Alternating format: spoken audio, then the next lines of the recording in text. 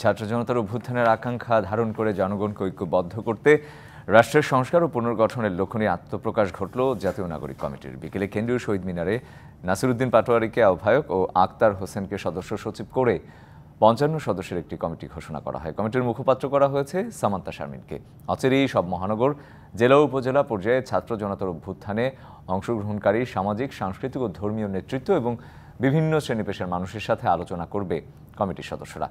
এ সময় তৃণমূল পর্যন্ত এই কমিটির বিস্তৃতি ঘটানোর মাধ্যমে ছাত্র জনতার অভ্যুত্থানের শক্তিকে সংহত করে বাংলাদেশ রাষ্ট্রকে পুনর্গঠনের লক্ষ্যে কাজ করার প্রত্যয় ব্যক্ত করেন নাসির পাটোয়ারী। প্রত্যেকটা সেক্টরে তরুণদেরকে ঐক্যবদ্ধভাবে আমরা কাজ করব। আমরা রাষ্ট্র গঠনের কাজে নামছি, আমরা শুধু কোনো দল গঠনের কাজে নামি নাই।